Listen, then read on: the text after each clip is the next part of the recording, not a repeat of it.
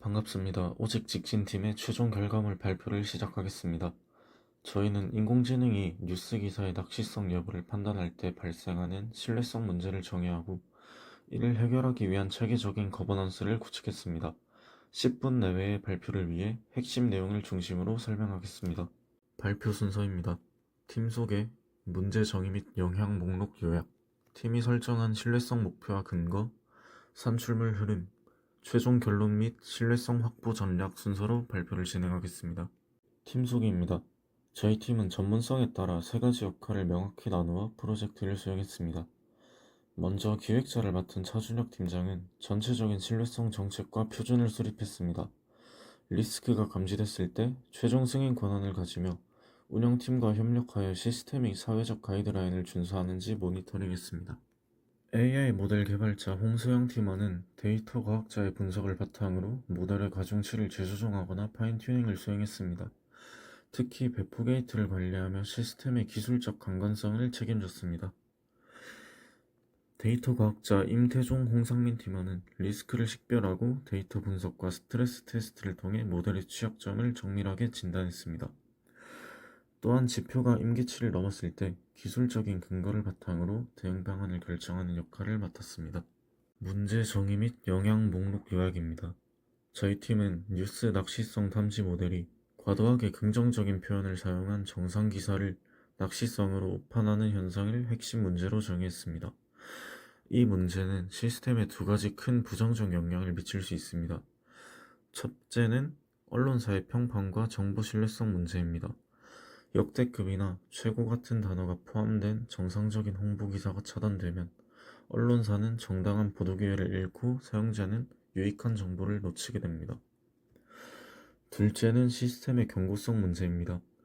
낚시성 기사 작성자가 특수 문자나 띄어쓰기를 변조해서 키워드를 숨기는 오해 제목을 사용하는 경우 탐지 시스템이 무력화될 위험이 있습니다. 이는 플랫폼의 규정 준수 실패와 광고 수익 저하로 이어집니다. 다음으로 팀이 설정한 신뢰성 목표와 그 근거에 대해 설명해 드리겠습니다. 저희는 뉴스 플랫폼 사용자에게 편향되지 않은 정보를 제공하기 위해 공정성과 투명성 그리고 강건성을 핵심 신뢰성 관점으로 설명했습니다. 시스템이 신뢰성을 확보했다고 판단하는 기준은 구체적인 수치로 정했습니다. 긍정 표현이 포함된 정상 기사에 대한 오탐률은 20% 이하로 유지되어야 합니다. 또한 우회 패턴이 포함된 낚시성 기사를 놓치는 미탐률은 10%를 넘지 않아야 합니다. 이러한 기준은 특정 단어의 존재 여부가 곧바로 낚시성 판정의 근거가 되어서는 안 된다는 신뢰 원칙에 기반합니다. 시스템이 단순히 정확도만 높은 것이 아니라 오류의 원인을 설명할 수 있고 또 일관된 성능을 보일 때 비로소 신뢰할 수 있다고 판단하겠습니다. 다음으로 6개 산출물을 통한 전체 흐름 설명을 해드리겠습니다. 저희는 리스크 식별부터 사후 모니터링까지 총 6단계의 흐름을 구축했습니다. 산출물 1과 2에서는 발생 가능한 위험을 매트릭스로 정리하고 이를 관리하기 위한 서비스 수준 목표를 설정했습니다. 이 단계의 막연한 불안감을 측정 가능한 지표로 전환했다는 점에서 매우 중요했습니다.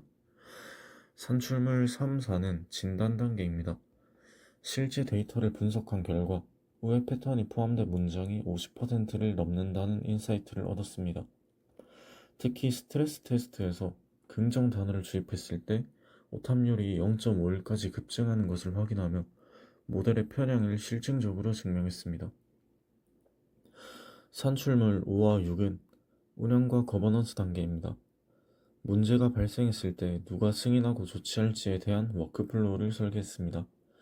실제 운영 로그를 통해 가드레일이 작동하여 오분류된 기사를 자동으로 기권 처리하고 운용자가 수동 복구하는 과정을 시뮬레이션하며 체계적인 관리 구조를 완성했습니다. 마지막으로 최종 결론 및 신뢰성 확보 전략에 대해 말씀드리겠습니다. 결론적으로 저희 팀은 처음에 설정한 영향 목록이 실제 시스템에서 심각한 성능 저하를 일으킨다는 사실을 확인했습니다. 긍정 표현 오판 리스크는 스트레스 테스트를 통해 구체적인 수치로 드러났으며 오해 제목 리스크 역시 낮은 지연율로 증명되었습니다. 이를 해결하기 위해 저희는 두 가지 전략을 실행했습니다. 첫째는 데이터 기반의 완화 조치입니다. 긍정적인 표현 데이터 5,000건을 추가 학습시켜 모델이 특정 키워드에 편향되지 않도록 재설계했습니다. 둘째는 다중 가드레일 도입입니다. 지표 임계치 위반 시 시스템이 자동으로 해당 슬라이스에 대해 판단을 유보하는 기권 로직을 구현했습니다. 이후 데이터 과학자와 기획자가 협력하여 원인을 분석하고 재배포를 승인하는 인간 개입 구조를 마련했습니다. 이러한 과정을 통해 저희 팀은 모델의 단순한 성능 향상을 넘어 예기치 못한 부작용을 사전에 방어하고 지속적으로 관리할 수 있는 신뢰성 체계를 구축했습니다. 이상으로 발표를 마치겠습니다. 감사합니다.